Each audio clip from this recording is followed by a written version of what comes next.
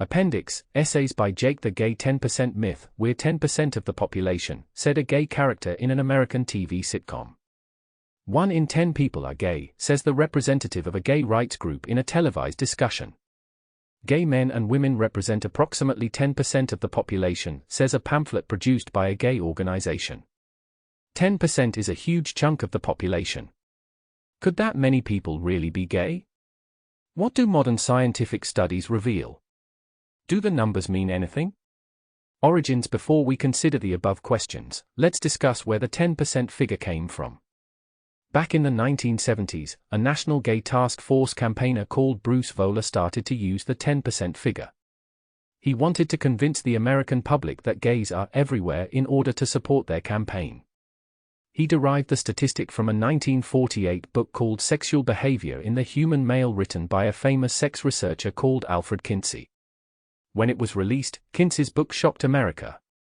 In part, it claimed that a third of American men have had at least one homosexual encounter since puberty, and 10% of men have been more or less homosexual for at least 3 years. Kinsey did not claim that 10% of men were always homosexual. On the contrary, he claimed that just 4% of those he surveyed were exclusively homosexual. However, there is reason to believe that even this smaller figure may be inflated. The book Sex and Fraud examines Kinsey's work, and reveals that roughly a quarter of the men Kinsey surveyed were actually in jail. While not all prison inmates practice homosexuality, certainly a higher inclination of homosexuality would be found among them. It beggars belief, but included was over 1,000 convicted sex offenders in this census of supposedly average American men. It is for these reasons that the 10% figure should be viewed with much skepticism. However, we will consider even more reasons why the figure is nothing more than a myth. Please read on. How many is 10%? Let's imagine for a moment that the 10% figure is correct. How many gay people are there? Based on a global population of about 6 billion, then 10% is 600 million. That's over 500 million people. Does that have a ring of truth about it? Do you really believe that over 500 million people could be gay? What about the population of a city? The population of London's greater area is approximately 7 million. 10% of 7 million is 700,000, that's nearly 750,000 people in the London area alone. While London does have many gay venues and businesses, there are certainly not enough to support a population of that size. Let's not even consider that London is a tourist hotspot and easily accessible to persons living in neighboring cities and countries. Indeed, in the summer of 2003, what was advertised as the biggest gay parade and pride festival in Europe took place in central London. According to official figures, only a few thousand turned up. Almost as many people took part in the parade as those who stood by and watched it. Despite much media coverage, the free music concert in one of London's parks failed to attract a large crowd, and most of the people who attended were obviously heterosexuals who were only there for the free entertainment, featuring many popular heterosexual DJs and pop groups. To believe that 10% of the population is gay is highly unrealistic. For each gay bar or nightclub, there are well over 1,000 normal bars and nightclubs. The numbers simply don't add up.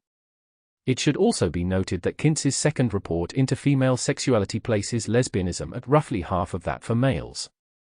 So, even if we believe Kinsey, then by adding up the figures for men and women, 10% of the population never was gay. 10 plus 5, 2 equals 7.5%. It seems that the 10% figure is obviously implausible and unrealistic, not to mention its highly unreliable source. So, what do modern scientific studies tell us? Can they lend any support to the 10% myth? Modern studies over the past decades. There have been well over a dozen studies into the number of homosexual men and women. Yet, not one of them has reproduced the 10% figure. Please consider the following studies from the USA. In January to March 1990, the National Center for Health Statistics, USA, ran 3 separate studies into health and AIDS awareness.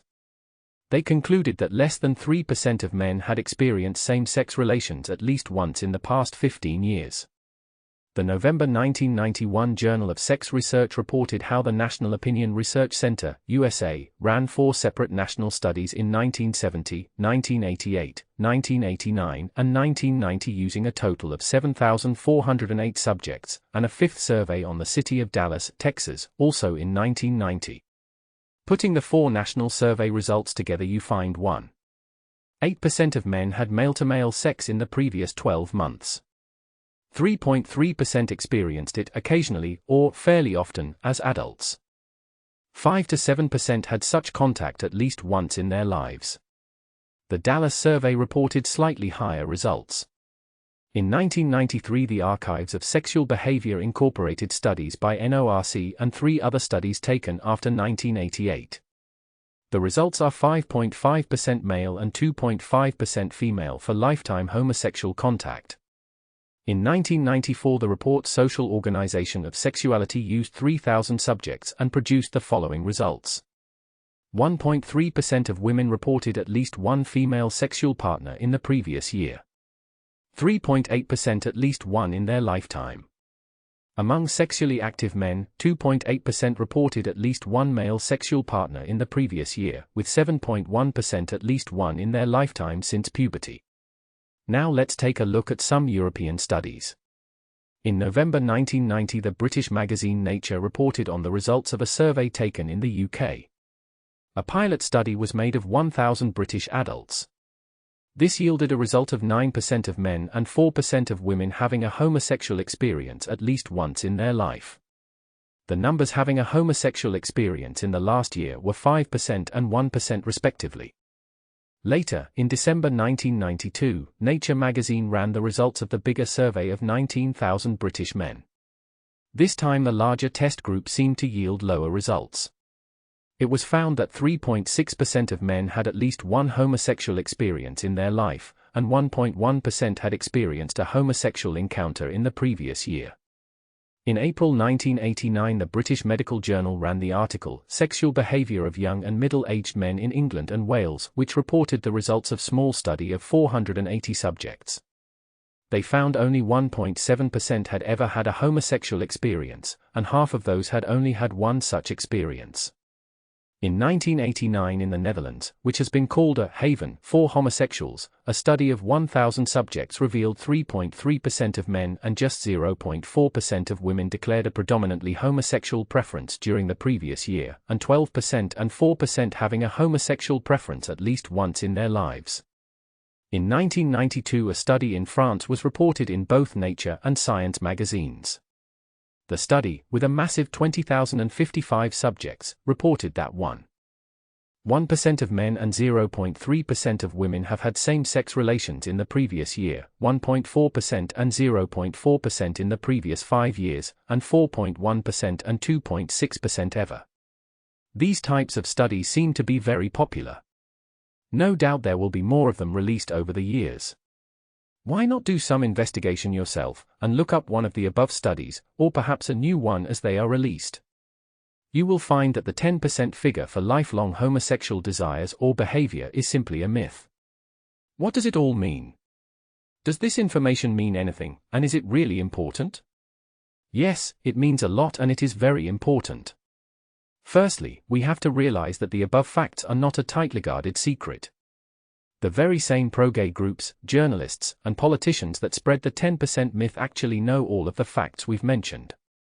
In the video Gay Rights, Special Rights, a gay activist said, "The thing about the 1 in 10, I think people probably always did know that it was inflated.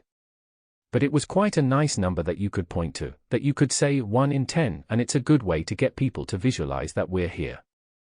A co-founder of ACTUP is also quoted by Time magazine as saying Bill Clinton and Jesse Helms worry about 10% of the population. They don't worry about 1%. This new study will give Bill Clinton a chance to welsh on promises. The pro-gay groups have known for many years that the 10% figure is just a myth. Despite that, they have deliberately persisted in telling you lies. Why is that? The answer is simple. To manipulate you. They are lying to you so they can manipulate you to arrive at their viewpoints. The ends justify the means. Secondly, we must realize that the percentages and numbers of persons who practice a certain behavior are, in fact, entirely irrelevant. Simply because a supposedly high proportion of people do something, there is no justification or condemnation for that behavior. Pedophilia is very rare, but its rarity isn't what makes it wrong. Most people lie, but its popularity doesn't make it right. You may, of course, sympathize with the gay rights movement. This essay is not intended to argue against gay rights or any political viewpoint. However, if you do support the gay rights agenda, or any other political agenda for that matter, ask yourself this question: were you persuaded by legitimate, truthful, and logical arguments, or were you manipulated by lies, half-truths, and distortions, such as the 10% myth? Would you have formed the same opinion if you hadn't been lied to? Conclusion: the 10% figure is nothing more than a myth. It was designed to fool you into believing certain things, and is based on statistics that are flawed and obviously wrong. Scores of corroborating studies demonstrate that the percentage of homosexually inclined persons is significantly lower than 10%. The APA and others who oppose change therapy are hypocrites. The American Psychological Association, APA, has tried to ban reparative therapy and any other kind of change therapy. So it may come as a surprise to learn that the previous president of the APA, Dr. Ron Perloff, regarding this issue said, "I believe that APA is flat out wrong, undemocratic, and shamefully unprofessional." In addition, he said, the APA is too goddamn politically correct, and too goddamn obeisant to special interests. First, the data are not fully in yet. Second, if the client wants a change, listen to the client. Third, you're barring research. The NARTH website notes that Dr. Perloff is a recipient of the American Psychological Foundation's Gold Medal Award for Lifetime Achievement in Psychology in the Public Interest. In bestowing the award, the Psychological Foundation recognized Perloff for his noted love of social justice and his career-long struggle to champion the rights and dignity of women, minorities, and homosexuals. Yet this man supports efforts to research reparative therapy. The reason is that Dr. Perloff is not allowing politics to dictate scientific research. Unlike the so-called rights advocates, this man is not a hypocrite and a bigot. The anti-ex-gay lobby is advocating censorship, barring medical research, muzzling free speech, and oppressing human rights. Some say it's harmful. I don't believe that at all. After learning even a small amount of information regarding psychotherapy and reparative therapy, one should know that such claims are false. The only people who claim it caused them harm would be attention seekers wallowing in self-pity, trying to draw sympathy to the poor desolate soul they feel they are. Also, some claim that the APA actually said that it was harmful. But did they? The official APA resolution said there was no evidence for either the effectiveness or harm of reparative treatments. Some claim it should be banned because it is unethical. But is it? It allows me to live my life the way I choose, and I am happier for it. Everyone should have the right to choose. Does this, therefore, imply that the APA is ethical? Then ponder this for a moment. A certain Dr. Bruce Rind was the lead author of the American Psychological Association published article which claimed that when pedophiles have sex with young boys, it is beneficial. NARTH, National Association for Research and Treatment of Homosexuality, thought this was terrible, and exposed this in its 1999 fact sheet, The Problem of Pedophilia, which was then brought to public attention by radio host Dr. Laura Schlesinger.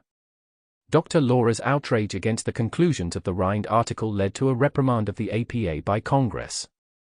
Later, the APA restated its strong support for scientific freedom. So, then, the APA has absolutely no problem in supporting and encouraging scientific freedom to investigate whether sexual molestation of boys is beneficial, but it discourages and opposes the scientific freedom to treat men for sexual desires that they don't even want. Is that ethical? Reasons some want to oppress change therapy. Politics.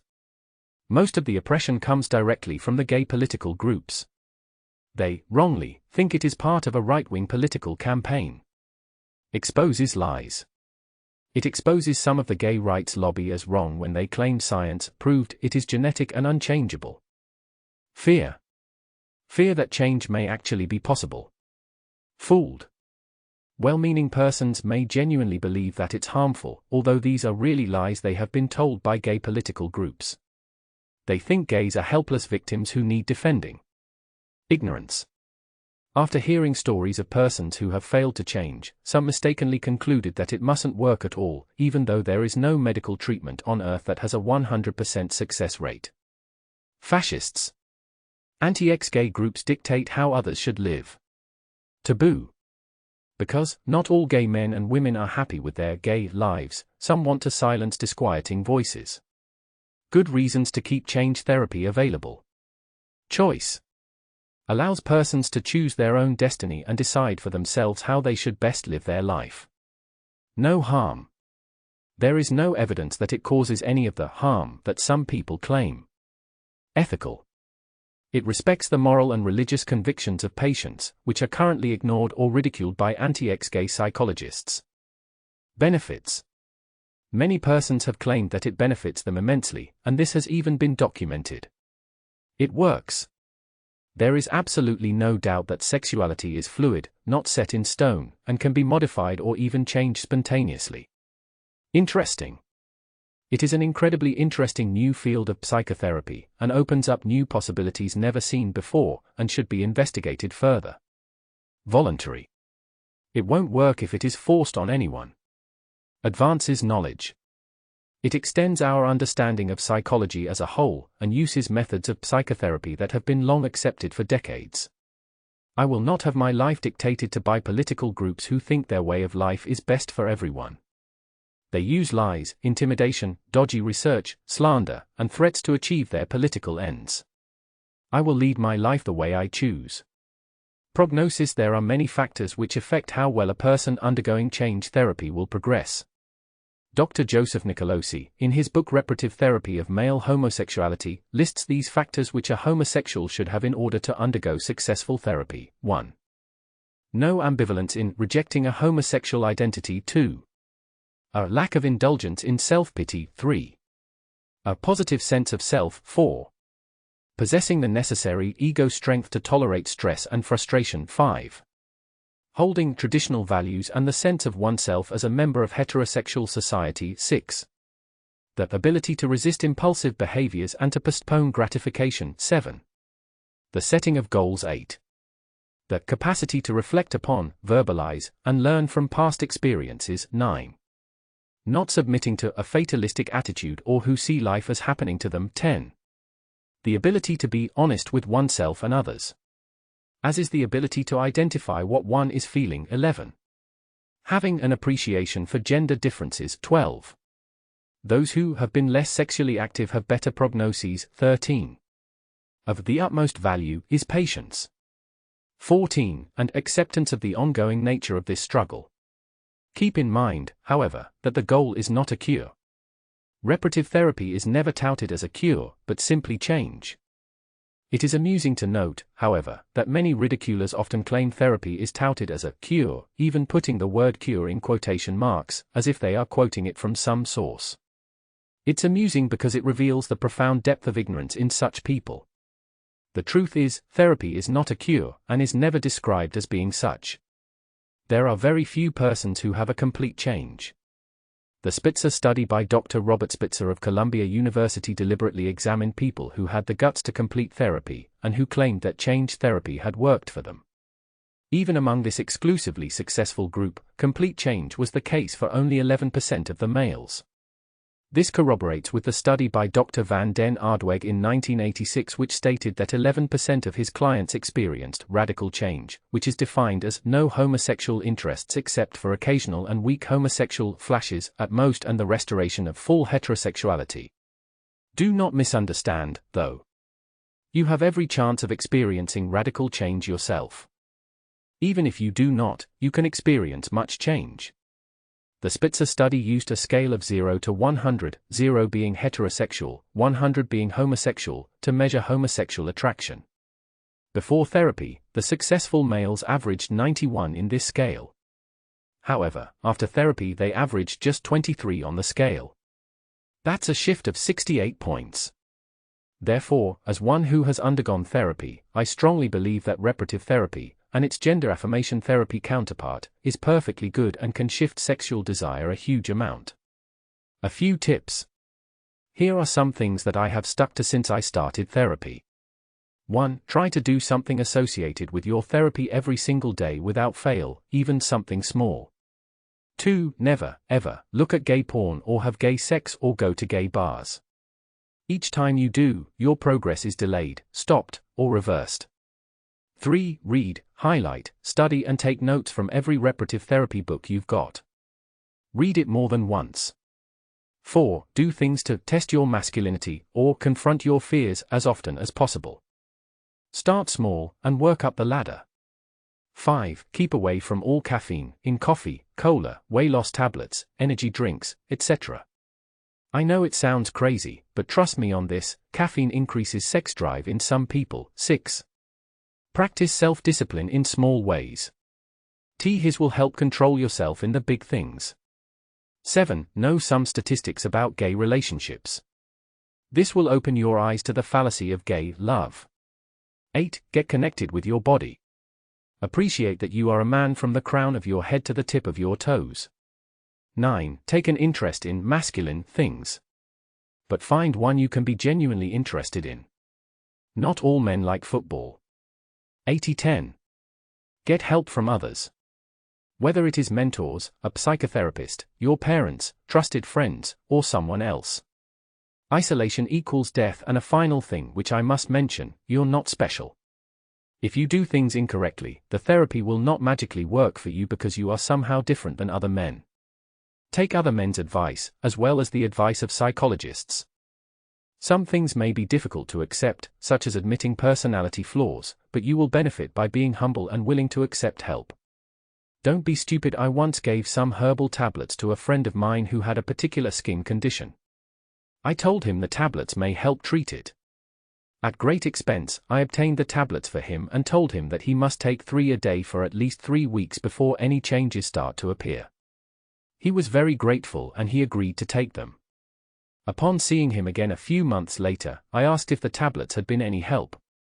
He bluntly answered, "No, they didn't work." I was perplexed at his answer, as I was sure that they would have helped, even if it was just a little bit.